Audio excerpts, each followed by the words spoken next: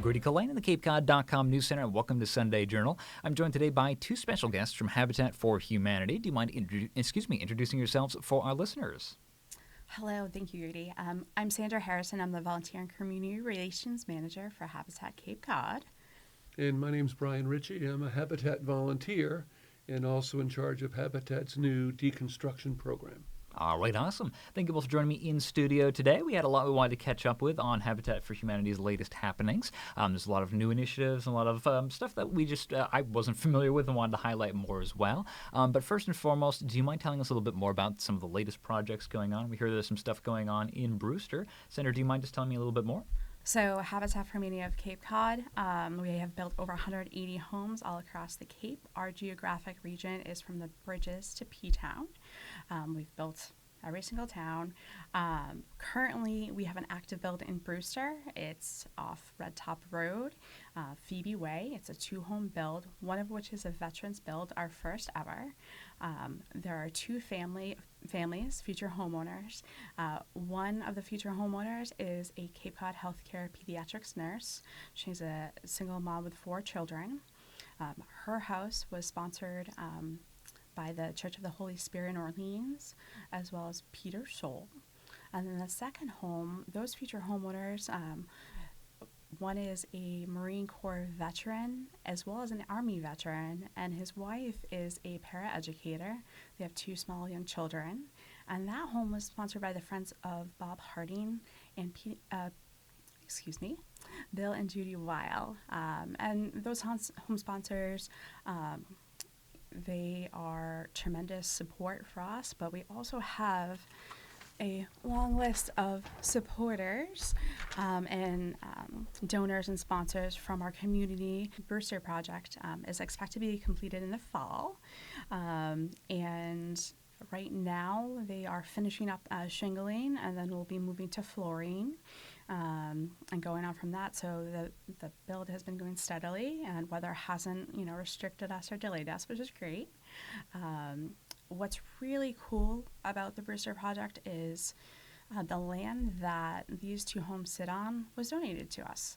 So the future homeowner's new neighbor is going to be Beth Finch, and she subdivided her lot, which she didn't have much land to begin with. Oh. She wasn't using the land. It was unused.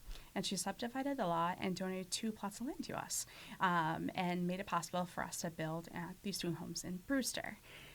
Beth was, inspired. She wanted to pay it forward. And when we asked her, what's provoking you? And when she looked back, back when her and her late husband were looking for land to build a home for her young family way back when, the renowned author, naturalist, founder of the Natural History Museum in Brewster, John Hay, actually made it possible for Beth and her family.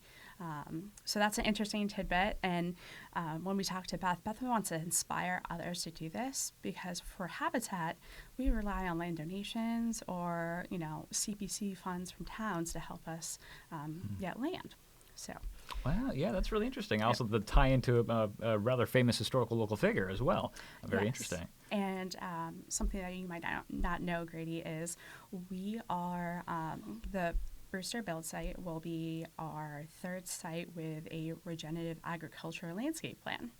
So our Nauset Street home, as well as our 2 Cotuit Road, wow, cannot talk today. Cotuit Road homes and Sandwich were our first installation. We are working with Resilient Roots. They are a nonprofit, and what they try to do is blend native agriculture onto land, and there's a lot of emphasis of clover and edible plants that will encourage wildlife to flourish, and Kind of xeriscape type of thing, low water, need, low low maintenance, lawns, low maintenance. Very interesting. Low mow or no grow. So Yeah. So, I like it. I like that part a lot, actually. It's a big deal down here because of the water issue on the Cape.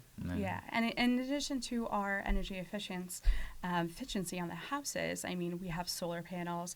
So, we want to make sure that we have the homes that we build, the communities, they can share foods with their neighbors. They can make their own food from the vegetables and berries they grow. So it's very interesting. Yeah, my sister is a big gardener herself, and we always have a grand old time with strawberries every season, as long as we can beat the rabbits to them. Yeah, exactly. But other than that, we also see with Barnstable County, they have a gardening symposium and whatnot. And they always highlight some local plants as well that are going to be beneficial to local birds and local wildlife. So it is interesting to see the community focus aspect as well. That is awesome as well, future-proofing with things like climate change with solar panels. And I know that they've been proposing heat pumps for new construction. I don't know if that is... Oh, is it? You got an yes. exciting face Yes. on. Yep. So our heat pumps, we're keeping the air warm and cool, so we're cycling the air. So our homes are very tight with air, and our homes are actually the most energy efficient homes in the nation of all the Habitat homes. Exactly. Wow. Our Katuitt Road homes actually had a res HERS rating of -21, so they are creating energy way more than they use. So their negative use, it's actually producing energy versus net using of energy, Yeah. Wow, okay. which is very much advanced. Is this taken off the bill essentially going forward, or is this Yeah. something So that's they gonna... often have a negative They have a balance. negative bill. Wow. Yeah. So it's just credits for the future if they ever have to go off Yeah. for winter or something. or Exactly something. right. Yeah. Exactly right. Very interesting. I'm going to be, as we're now entering into the more later stage of, unfortunately, climate change, it has been much more interesting to see all of the different technology that's been incorporated, and I would love to see a negative balance on utility bills. I can certainly say that much. So that is often, I guess, for people who aren't really familiar with how things kind of go, we have a volunteer aspect as well. Do you mind just Sure. kind of talking, how is this done, essentially? What's it like? What have you been seeing? Can you share some anecdotes about some of these builds Yeah, going on? absolutely. It's number one, it's a team effort. There's a lot of people that volunteer for Habitat for a variety of different reasons. But when you go to the build, for example, there'll be a team of people with a variety of skills. You don't have to be an expert in a particular tool in order to volunteer and provide help and value. And so you take the people with a variety of skills. Sandra's in charge of the volunteers, so she helps coordinate and drive and bring that to the picture. Each build, which we do usually on Tuesdays and Saturdays, will have a group of volunteers. There'll be a senior person that's in charge of the build site, and he will assign roles to different people, and he'll mix the skills together for each role. For example, last Tuesday, we were putting wood on the front of the building, shutters on the front of the building, as another group was working on shingles, another group was working on the roof, and so it quite varies. And the other interesting point about it, just to stay on that point for a minute, is the homes aren't free. Mm-hmm. The people that get to buy the home, and Sandra will talk about that process, I'm sure, they actually take out a mortgage, and it's a significant mortgage to buy that home. So there is support for the home and underwriting of the home, but they pay for that. And in addition to that, they put in 250 hours per adult in the family living in that home in sweat equity. So they've got real skin in the game. I know there's some people out there that say, oh, Habitat, they give the homes away for free, and that's further from the truth. Everybody is really vested in what's going on. And from a volunteer standpoint, we get the same kind of return on what we've been doing as I think the homeowners do, as well as Habitat in general. Mm-hmm. So I want to tag along to Brian. I'm glad that he mentioned it. Yes, our houses do, cost money, and the homeowners at the end of the build, they are with a affordable mortgage. Mm-hmm. So the average Habitat Cape Cod house costs well over $350,000 just to build, and that does not include the land. Mm-hmm. So, it costs, and we rely on our partnership with the donors and volunteers and sponsors to make it happen. And we are so incredibly grateful to our community, and it has allowed us to continue to build affordable homes in Cape Cod, which everyone knows that, we need to keep people here so we can have the healthcare workers and the educators and everyone support the Cape and make sure we have waitresses, be able to serve food and everything. So we really are grateful for the ongoing support from the Cape Cod community. And the sweat equity, yes, 250 hours per adult. And so one of the homes in Brewster is 250 hours, and the other home in Brewster is a total of 500 because they have 2 adults. And sweat equity equates to like a down payment. Okay, so Got to be invested. Exactly. Exactly. So they're working along Brian, other volunteers. They can be found in the Restore. And, they're learning through the process. And, sometimes future homeowners don't know how to hammer. Sometimes our volunteers, like, they want to volunteer. Well, how do you hold a hammer? How do you, we'll teach you. That's not a problem. And these homeowners, future homeowners rather, yes, they'll have an affordable mortgage. Right now, we are working with a local bank, the Crawford Bank of Cape Cod. They are actually matching the USDA rates. So we're incredibly grateful for that partnership. As far as if someone's interested in the home ownership program, we actually have applications available right now for 8 homes, 4 of which is in Dennis and 4 of which is in Wellfleet. And the deadline to apply is Monday, May 13th, 2024. The application, I think of it as someone, essentially you're applying for a mortgage. So you need to provide all your financial documentation and need to have a need. So you're going to write a statement of why you need a home. And then, those who will apply, they need to meet the income guidelines of less than 60 and 80% of the Barnstable County area median income. And then for more information on applications, you can go to our website at habitatcapecod.org, and there will be a pop-up to guide you. And if you have any questions about the application process, we have Marianne Mills-Lassiter. She's our family programs manager, and a team of volunteers that will walk people through the application and help answer questions along the way. Mm-hmm. Yeah, that is awesome. I mean, as we already mentioned before, those houses are not free. It is a long process, but you also have to put the sweat in. I know that I would probably break all my fingers with various hammers and nails, but that is it's good to know that you offer the tips and tricks necessary to be able to help build your own home. Do you think that makes it a little bit more appealing at the end of the day if you know that, like, I put those shingles in or I helped install the frame on that window? Do you think is there a little bit more pride towards the end of these projects? Big time. The future owners have a tremendous vested interest, and it's not just because of the mortgage, it's because of the work they're putting in and the results coming out of that. And the volunteers feel the same way, even though they're not the ones buying the homes. They're the ones that see that same vested interest in providing that capability, which the Cape so desperately needs. Mm-hmm. Yeah, of course, it's just we've had so many changes, of course, since the COVID pandemic as well. We had a large influx of people coming out here to live long term. They decided that they're going to make their second home their primary home, sell the place that they live nearby Boston, and so we've got a lot more initiatives that I don't know exactly how new they are necessarily, but you have the Restore location. I believe there's some stuff going on with cabinetry to try and help reutilize furniture. People who might be considering revamping or restyling their home. This is a way that you can maybe help out with Habitat for Humanity. Sandra or Brian, do you mind just telling us a little bit more about, we'll start with the Restore locations. Yeah. So we have 2 restores, one in Falmouth on a Gifford Street extension, and then one in South Yarmouth on White's Path. It's always like a treasure finding hunt when you go on the restores. You never know what you're going to see. We often have things that don't even make it into the store. They get pulled off the truck and they're immediately sold.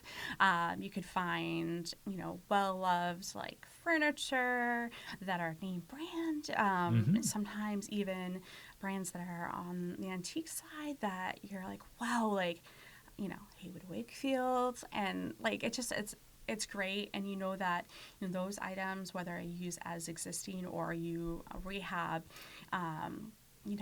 it's a great quality. We never sell that prefab crappy wood. It's real wood. It's real wood, not the plywood. You're not getting that there. We also have a new segment. We are grateful for a supplier donation at a restore, and we have a stitch and style section on each of the restores where it's new product, not used clothing. Sometimes it's like, I didn't know you actually had new available at these locations. Yeah, so it's a wonderful donation. I don't know if I can mention the donor's name or not, so I won't. We'll play it safe. I understand. Jackets. There's sometimes kid stuff. Sometimes like bed sheet sets. I think We've had games, so it's always great to stop in there and see what's going on. Oh my gosh, there's just so much good There's- stuff. There's lots. I mean, Habitat's always looking to bring value and give back to the community. You mentioned a moment ago, Grady, about COVID. Another example of where Habitat has branched out to provide more value is about 2 years ago, I guess in December of 21, we had an opportunity with a high-end builder where they were going to be taking down a home, and they said to Habitat and our CEO, you can have whatever's in there. So a team of us went in and we took out the kitchen cabinets, we took out appliances, we brought them to the restore, and we ended up selling those for a good piece of money. And then we did another one about a month later, at which point we said, there's something here. So we started a new program we call the Deconstruction program. Mm-hmm. And the whole focus behind that program is really for people that are upgrading things in their home, what they're taking out can still have a useful second life. So we'll actually go in and we'll remove a kitchen, we'll remove a bathroom, and we'll do this for free. And then we take those items, clean them, bring them into our restores and resell them. And the interesting thing about the program is, the COVID situation certainly helped spur that on. But in the first year of our program, we did 61 projects, and we did an additional $130,000 in sales that wouldn't have happened without doing those projects. Last year, we did an additional 85 projects and 180,000 additional sales.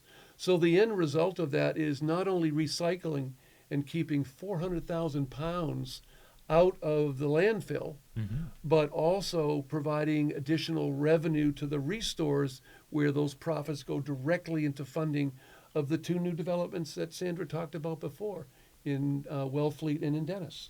That is awesome. Now, I'm assuming you got some experience at this point. You're rocking, for those of you who are just listening, he's rocking Habitat for Humanity Deconstruction on his shirt. He is wearing the colors. There you go. But so this is about to become almost culinary-like questions. How much of a house can be carved out, reused? That's a great question. We're learning. So we know we can do kitchens. We know we can do bathrooms. We just had a house that's being torn to the ground in Chatham, where we actually took the floors and some of the walls that we were able to resell, wide pine floorboards. We found, for example, that interior doors we can resell. So as we're moving forward with the program, we find other items that have value that people would be willing to buy, and we add that to the profile of the program. I'm reminded of I believe there's a story back from 1900s, America being if you're moving out west, just burn the house down, pick up the nails, because that's the most worthwhile part of the house. There you go. However, now here we are about 100 years later, and it's no, take the tub out. We got take the fixtures, the floorboards. There's so much there. That's very interesting. So I would love to know. We'll do another conversation a few months from now. That's what's the most nuanced, weird thing that you have been able to. So let's set up a follow-up there. I have some great sideline stories that I'd love to share with your audience. Is it the Pinewood floors now, or is the it Pinewood floor was the most recent thing. This house we were taking down had about 1-inch pine floors, and they were 18 inches wide. Okay. And they had the old-style square nails from the surface in. So we're able to take them out, pull out the nails. Someone bought the floor, used the nails as decoration, and those type of boards were costing almost $6 a foot, a linear foot, if you went to buy them at the store. And we sold them for a fraction of that. Yeah, and all that goes back into affordable housing. It's all profit and goes right into more housing bills. Yeah. Do you think that you forced those people to regret offering you everything inside the house? Did they? That's an interesting question, because one of my concerns when we built the program was that the trades wouldn't like it, because we were potentially taking food out of their mouth. The furthest thing from the truth. They love the program. We get a lot of our leads from the trades, cabinet manufacturers, installers, builders.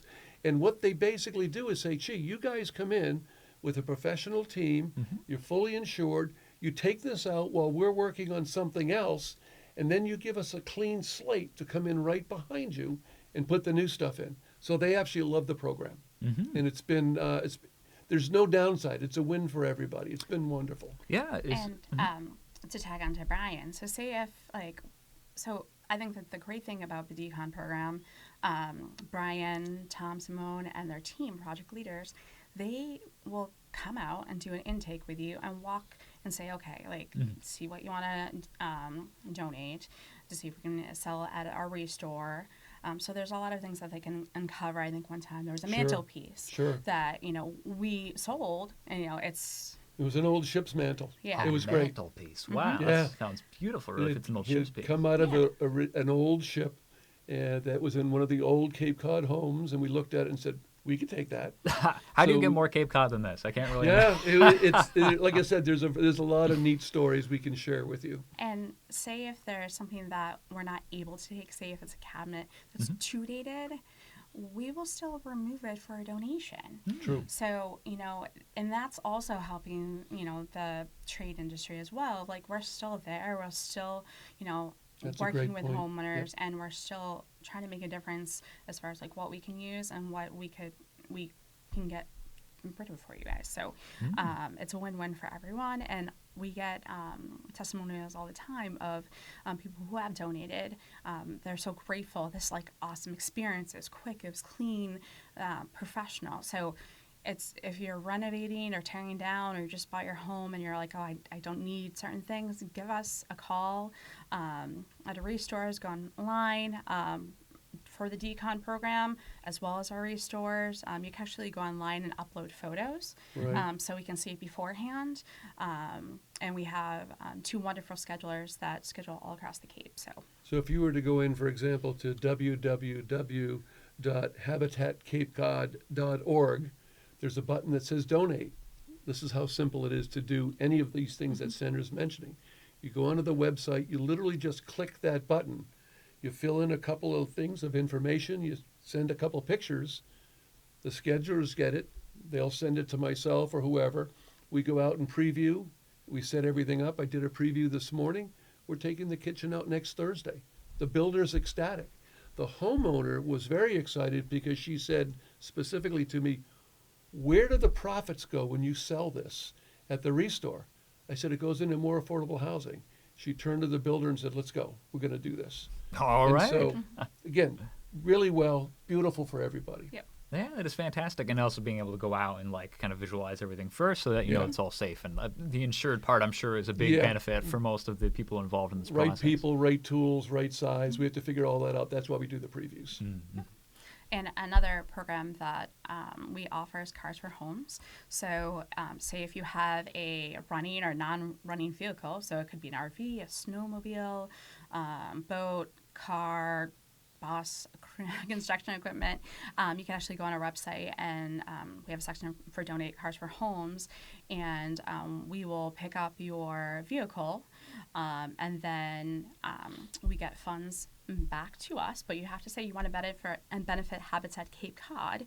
But it's a great way of like, okay, so you have a car that doesn't turn on, it's an eyesore, great way to donate. And Get some value out of something that you might otherwise just look to scrap. yeah, we had one of our volunteers, she made a donation, and we got a substantial money back, and she's like, you know what, she got a tax write-off, and if she were to trade that car in, it would be maybe a few $100s to her. So and we got way much more than that in value. So it's just a win-win.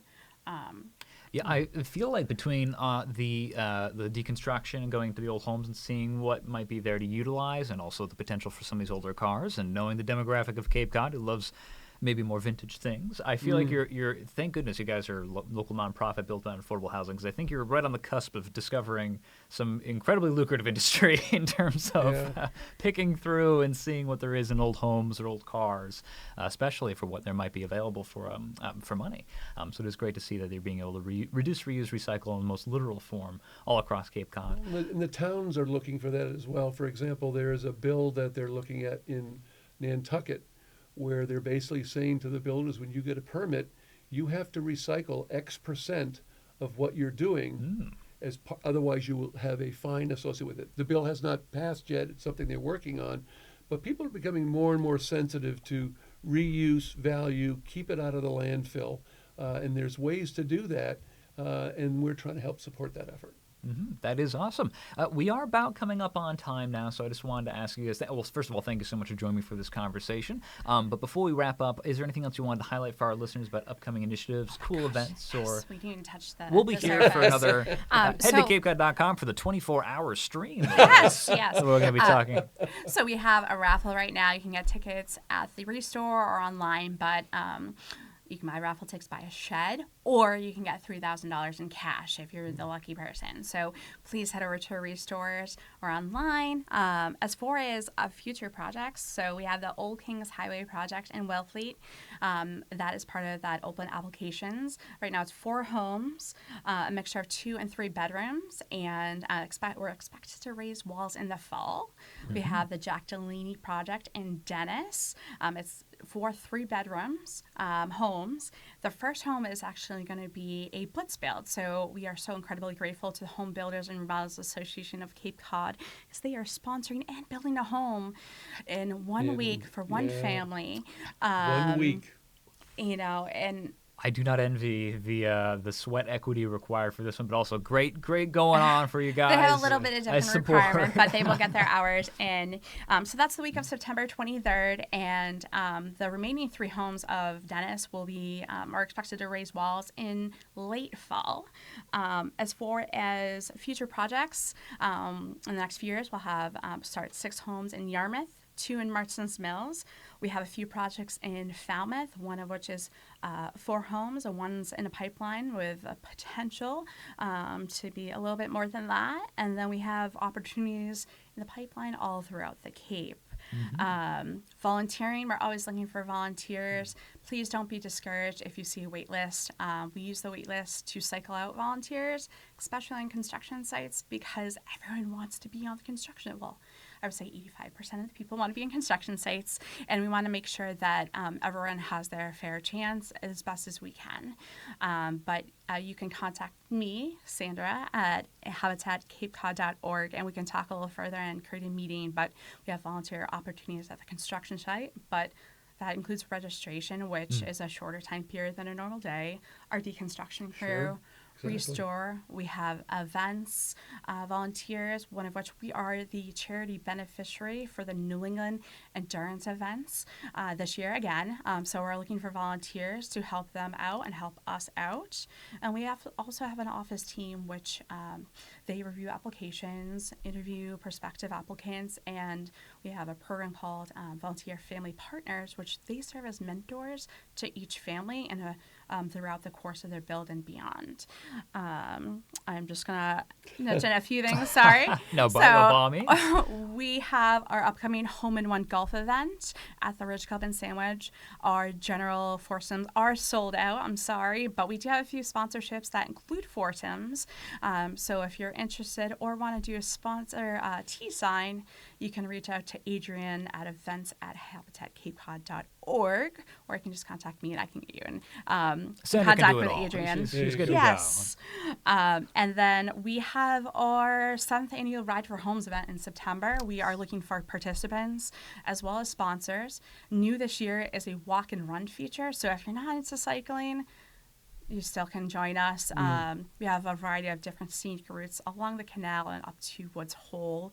Again, just you can reach out to me, and we'll reach out to all of us. The website will help you out and get you registered, and then you can cycle and walk and run for more affordable homes on Cape. Lastly, I'm sorry, Grady, for taking so much of your time, but we are always looking for speaking opportunities. So if you know an organization, group, or company that has an event coming up, or you want us to come out and speak, we'd be more than happy to come out and That's a great talk to you a point. little bit more about Habitat for Humanity of Cape Cod in general, or at a specific interest. We just So- talked, for example, at the Barnstable Newcomers Group the other night, about 40, 50 people, and a lot of great questions, a lot of new interest, and we're always looking to spread the word. All right, awesome. Thank you both for joining me for this conversation. It has been a pleasure learning more about what you guys have going on, and congratulations on the new homes. Thank you for stopping by the studio today. Thank you, Grady. It's a Appreciate pleasure. the opportunity. I'm Grady Cullen, and this has been Sunday Journal.